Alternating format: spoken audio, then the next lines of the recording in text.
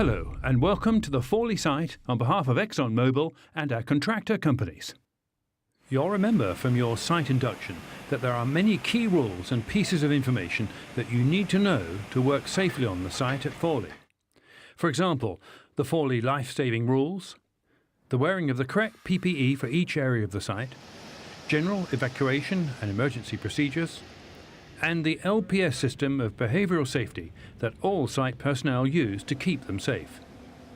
The site at Fawley comprises a refinery and chemical complex which together produce a vast range of lubricants, fuels and also specialty chemical products like rubber and solvents. In order to produce these range of diverse products, the site uses many different feedstocks and processes. This means that there are many different process areas, or units, that are manufacturing products at the site. Each process unit has its own hazards, and although they are safely operated and the Fawley site has very few incidents, it's important that you know the hazards on each unit that you work on, in order that you carry out your work safely and in the unlikely event of an emergency. For example, likely hazards can include toxic or flammable fluids, high pressure systems, hot or very cold surfaces, corrosive acids or alkalis, working in an area that involves upgrading of PPE, such as double hearing protection or even wearing a life jacket when working over water. You can see that to have one induction to cover all the areas would be too long and detailed to understand. We've therefore developed specific shorter induction films for each of the units that you would be expected to work on. These inductions are very important as they contain information specific to the area that you'll be working in, including the hazards and also emergency procedures and evacuation routes that you'll require in the event of an emergency. As you did with the site induction, please give this short film your best attention, and please ask either your supervisor or ExxonMobil contact if you require any more assistance or clarification. Everybody working on units must have both a site induction and a block-specific induction. We need to ensure that everybody working at Fawley has the right information to ensure that nobody gets hurt.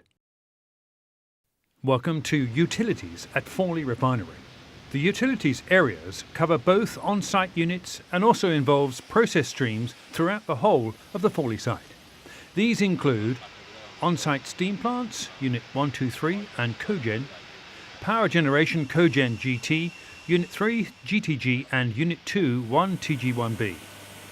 Demineralization unit and Block 31 air systems, off-site units, Block 18 secondary effluent treatment plant, Block 9 caustic mixing facility, Block 6 and 17 saltwater booster cooling pumps and fire pumps, flares 1 to 4 incorporating GGC3 flare gas recovery, Fawley site distribution systems for steam, saltwater, potable water, pilot, treat, natural, nitrogen, RFG gas and others. Environmental systems, clean and dirty water sewers, also outfalls 1 to 3.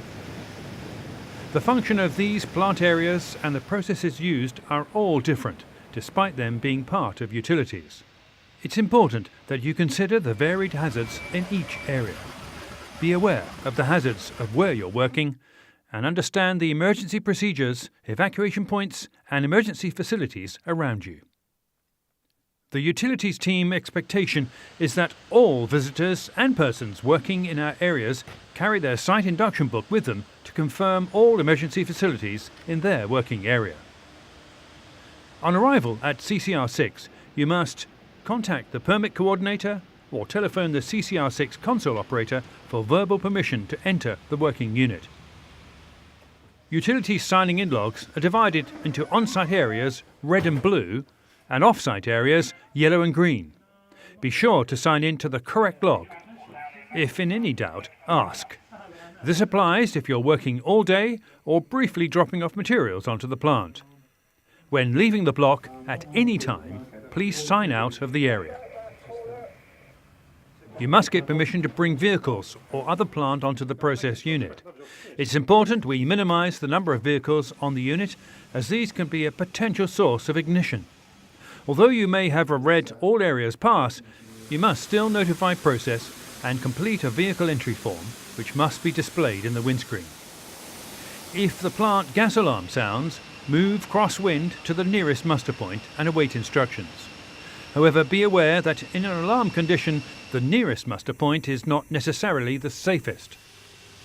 The 3 utilities on-site gas alarms are tested on a Thursday at 1600. These comprise Block 29 steam plant, an air raid continuous siren,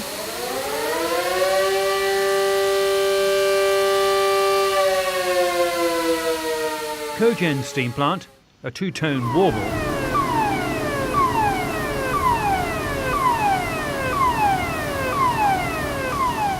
and Block 31 Demon building, continuous siren.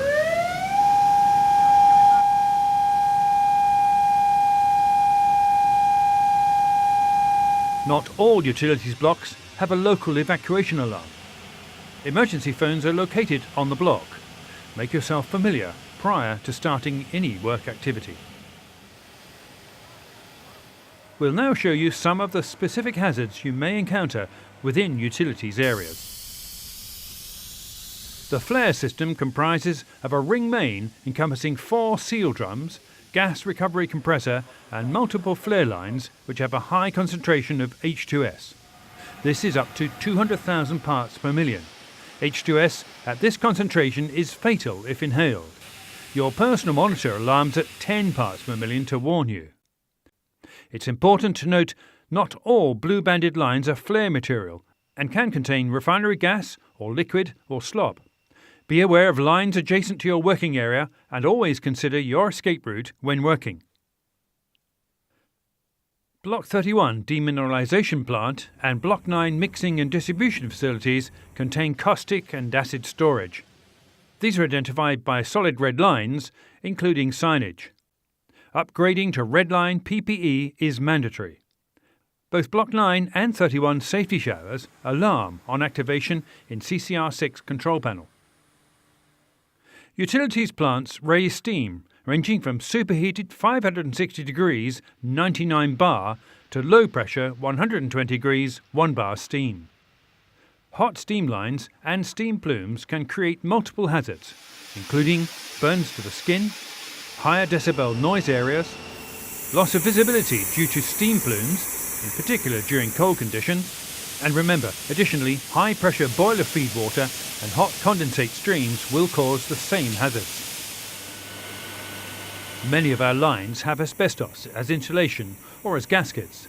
These are identified by red stenciled markings on external surfaces. If you think you may have found or disturbed asbestos, stop work and report it straight away to the process department. Near to the main site generators, associated transformers and high voltage cables, there are some small areas where there are high magnetic fields which may affect individuals who are at particular risk. For example, they may have an active implant, a pacemaker or an insulin pump, a passive implant or are pregnant. The areas with the potential for high magnetic fields will have signage.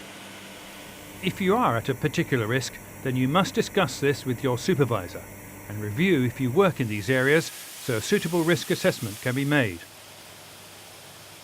Some utilities blocks border other process units which require individual block inductions prior to working in these areas, including Flare 3, SEPS 4 and Zone 2. Butyl rubber Block 40B has a halogen alarm, a continuous horn. Nalco Zone 2 bulk storage has a formaldehyde alarm, 2-tone warbling.